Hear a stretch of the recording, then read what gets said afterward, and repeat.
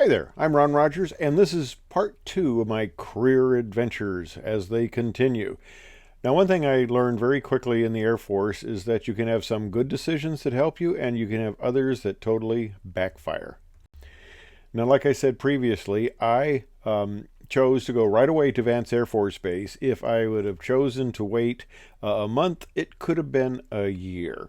And of course, the decision to go to Vance instead of Williams affected my career. I'm sure it did because, well, I'll tell you about it in just a second. So, I got my instructor, Lieutenant Lazier. Lieutenant Lazier actually had been fluent in Russian and had been involved with the Air Force with some interface with Russians. And I had to take Russian in college because I saw The Great Escape. Okay, well, the guys got shot down, in Europe, and, some of them knew German and they were able to possibly talk their way out, although there were some failures in that. But anyway, I thought, well, I'm going to be an Air Force pilot. I should learn Russian because that was our enemy at the time, still is. And if I got shot down over Russia or something, of course, it'd probably be during a nuclear war and it wouldn't quite work so much on this. But I decided, what the heck, I'll just take Russian. My wife had taken Russian. She was a very smart, still is lady, very smart lady. But I thought, well, I'll take Russian. Well, I've never been that good at language. And I took one semester of Russian in college. I'm sorry, I said that wrong. That semester took me. By the time I got done with that semester, I realized I wasn't going to be able to talk my way out of Russia. I was going to have to shoot my way out. It just wasn't going to work. Okay, Russian wasn't my language. Anyway, Lieutenant Lazier and I got along great. I had done aerobatics as a civilian. I had 150 hours of civilian time, so it was a little intro, but the Air Force is a whole different ball game, and it's a fire hose. But I had a little bit aerobatic experience, and I'd flown a little bit of aerobatics in the T-33 at summer camp. So on the dollar ride, I said, hey, can I do a roll? And he goes, sure. And I go, wow, that was just fantastic. Can I do another one? He said, just do a couple. You don't have to ask me every time. And then I said, can I do a loop? And okay, what's the inter airspeed? So I do a loop and I get inverted at the top. Now, I had been flying a Citabria, a 7 ECA, which does not have a constant speed propeller. And the thing, if you don't have a constant speed propeller, now this is a jet, but okay, negative transfer of training. If you don't have a constant speed propeller, as you come down the back side of the loop, you can overspeed the engine, so you pull the powered idle. So I'm inverted here in the T-37, and I pull both throttles to idle. Now, anybody who's an Air Force pilot or, any experience with T-37 will go, what? Well, my instructor goes, what's going on here? And I said, well, coming down the back side, I pulled the powered idle so we didn't overspeed the engines. And he goes, these are jet engines. You got a fuel controller. You're not going to overspeed them. Okay. Well, I came back and that was the first flight in the Air Force, and I got an excellent on it. He was just so impressed with my attitude. In fact, the other instructors go, what do you mean you gave an excellent on a dollar ride? Nobody gets an excellent on a dollar ride. And he goes, so he had to kind of defend it, But anyway, okay, we're out at Vance, and this is Vance. I mean, this is the big time. High-speed aircraft, jets, and this is serious work here. It goes fast. We lost people quickly. Either they're going, man, this is not for me. You put on all this stuff, the helmet, the parachute, you close the canopy, I get claustrophobic, or the guys got sick, or they just decide this wasn't for me. Or then the other aspect of guys said, this is for me, but they couldn't do it and they got washed out. So we were losing people, but okay, we're going through training. And part of the thing we have to do is, in case you bail out, you come down under a parachute. So we have to go out and we do this little thing where they tow us up under a parachute and then they release it and we come down. We're supposed to do a parachute landing fall. Well, the sergeant in charge of this little operation, it was in a field somewhere north of Enid, Oklahoma there, where Vance Air Force Base is, and the sergeant says, any of you guys skydivers? And I raised my hand, and he says, no stand-up landings. Okay. Well, see, the trouble is, though, stand-up landings had become second nature. I'd had 113 jumps. But the deal is, if you haven't done anything like this, parasailing, skydiving, or that before, you can't properly estimate ground contact. So you have to look out at the horizon, you have to have your knees and legs bent, you have to be ready to do a parachute landing fall. And it'll hits you when you don't expect it because you don't have stereoscopic vision above about 200 to 300 feet, so you can't really see the closure rates and all this stuff. But anyway, what happens is if you try to do a stand-up landing and it's your first jump, you're going to break your leg. So he said no stand-up landings. Okay, well, they release me. I come down, and I got a nice swing on the parachute because these things, they come down, and I did a stand-up landing. I couldn't help it, and he's right. I mean, he's right across from me because I came down right in front of him, and I put my feet together, and then I rolled over in a parachute landing fall, a PLF, and he's just shaking his head and laughing. He goes, "All right." So here we are in sea flight as students. Those are a couple of my classmates. The one guy on the left later flew F-15s. Rocket was a little bit of a character, and the guy on the right, well, there's some interesting stories about him I'm not going to get into, but he ended up being a Boeing test pilot. Now, Brent had been a helicopter pilot in the Army, and we had several people. Well, I'll tell you a little story about Brent. We had several people who had considerable previous experience. We had the class commanders who were captain. They had been navigators. They had backseat F4 time. Brent had thousands of hours flying helicopters. So you come into Air Force pilot training, and these guys are going to do well. They were the top ones in the class, and they didn't give you your class standing until the very end. But I would come back from a check ride, and Brent would ask me. He said, how many goods? Because he knew the guys who were the top in the class.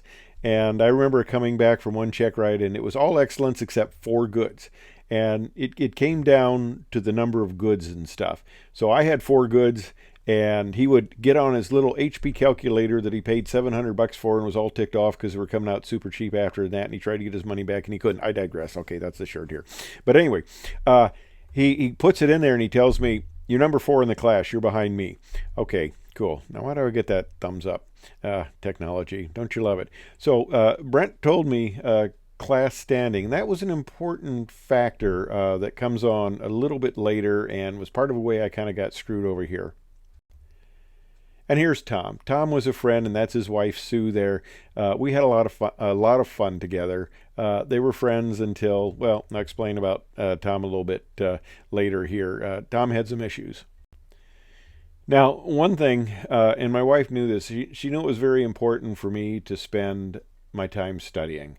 This is probably one of my few encounters with my oldest son there, where I'm actually feeding him, because most of the time I was kind of not a very good father because I was just so involved in pilot training stuff that's where my focus was. So I apologize for that. But here we are, primary flying jet and the flight manual. I mean, this is a complex aircraft. There are all sorts of dials and clocks and gauges and stuff, and it can be rather intimidating, and the program is intense. And you solo pretty quickly or you're out. I mean, you can spend years trying to get here and be gone in the first month. And there's our class. We still have a lot of them that we haven't lost yet, and that's me in the right there, the kind of the top middle there, and in our class picture, and all the way over to the far side here.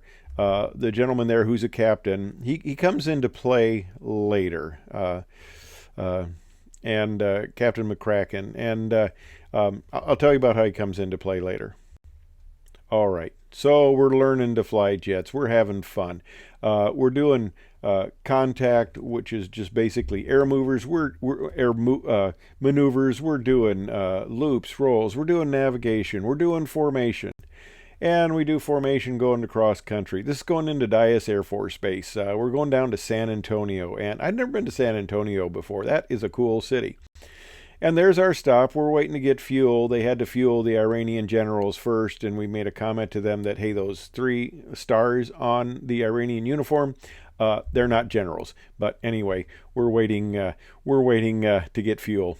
And you can see the B-52 tails in the background because Carswell was a B-52 base. And there's Bob. You remember Bob? I told you about Bob. We grew up just half a block from each other. We went through college together. We went through ROTC together, and we were in the same class at Vance. And there's Scap.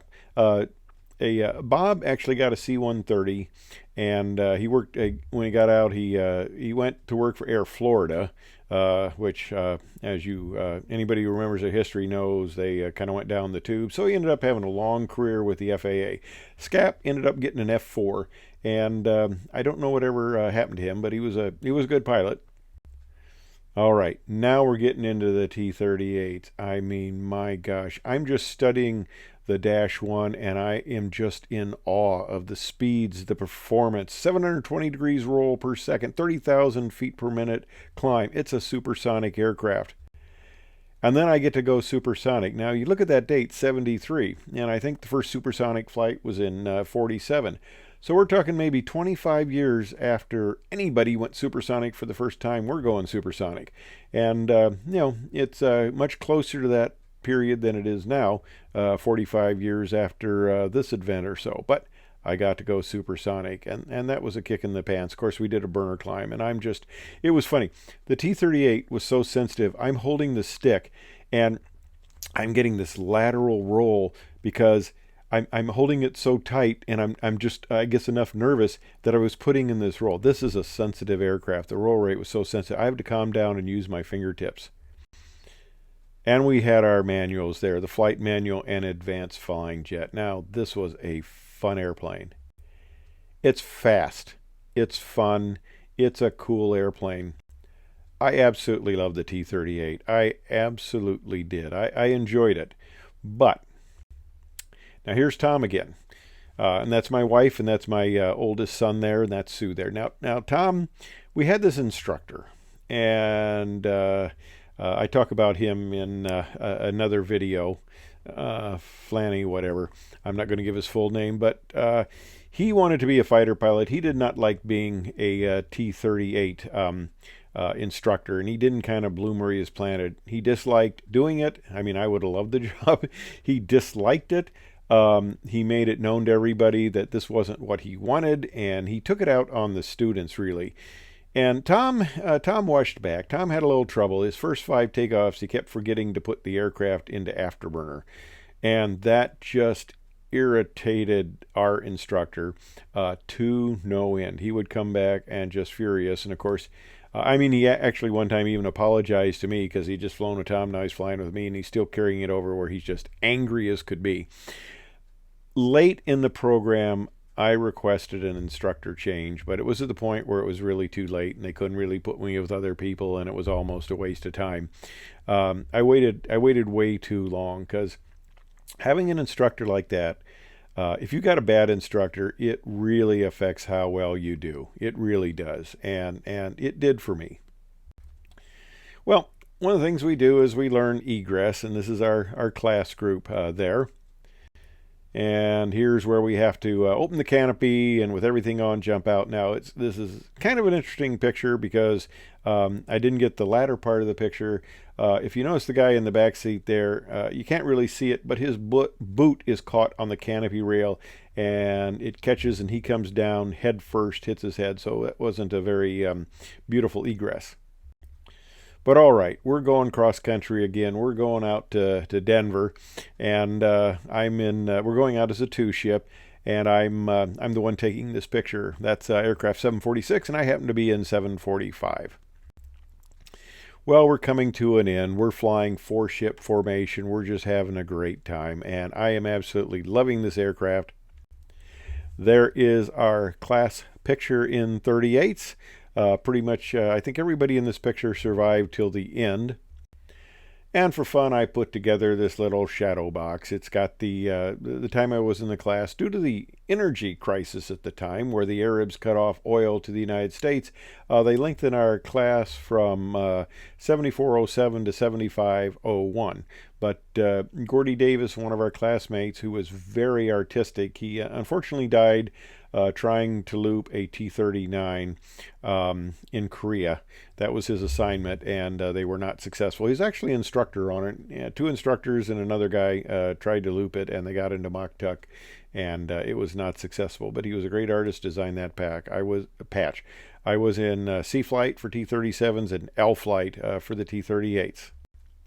But finally, I get the coveted Certificate of Aeronautical Rating. Now, like I said, I love the T-38, and basically the flight commanders at Vance said, well, you can bid a fighter if you want, but we get the choice of the top students who we want to keep as instructors. And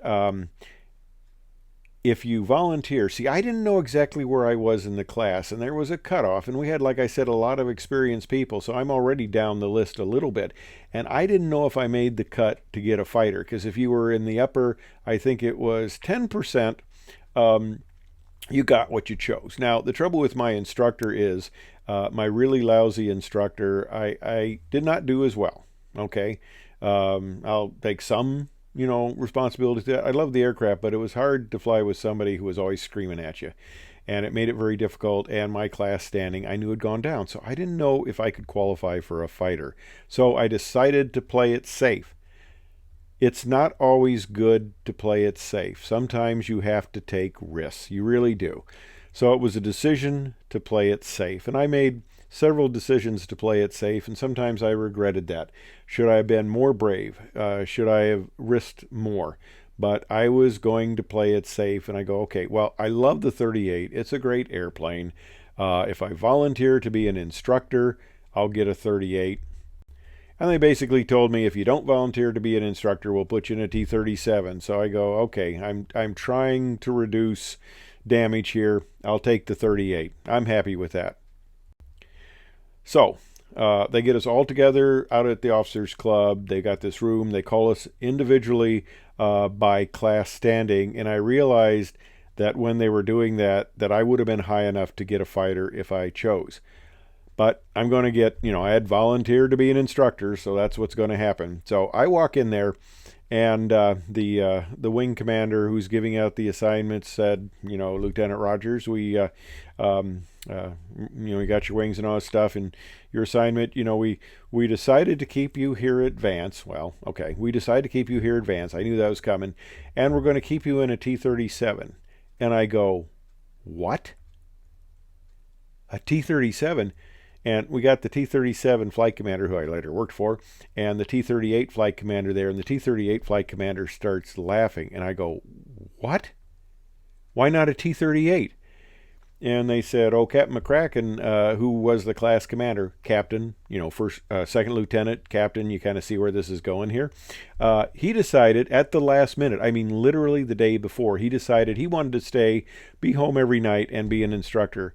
They had one 38, one T-37, so guess who got the 38? He decided he wanted the 38. I come out of there. I wanted to quit the Air Force. I was so mad. Is it too late? Is it too late to get out? Yeah, it was. But I was so ticked off. I was livid. I was mad as could be, and it showed. I didn't contain it. And Captain McCracken, to his credit, we weren't close or anything in the class, and he said, well, if you dislike it that much, I'll take the T-37. You can have the T-38. Okay, on the spot, momentary decision, I decided no. They gave me a 37. I thought I would look like a whiner and a loser and a complainer and that, and I thought that would follow me. And I thought, this is what I was assigned. This is what I got. I really appreciated that he would be so generous as to offer to make the change, because apparently, it was in his power because he had volunteered and chose the 38, so we could have swapped. And that would have changed a lot of things. It really would have. And I'll explain how that would have changed, I'm sure, things in the next little dissertation here. All right. So the key from Mrs. Corder to my wife, bloom where you're planted. That was the key. I'm a T-37 instructor. I didn't want it. I didn't like it at first. And I'm not sure I ever really did thoroughly like it, but it's what I was assigned. It's the job you do, and that's the way I went. I hope you found this interesting. Stay tuned as the adventure continues. Thanks for watching.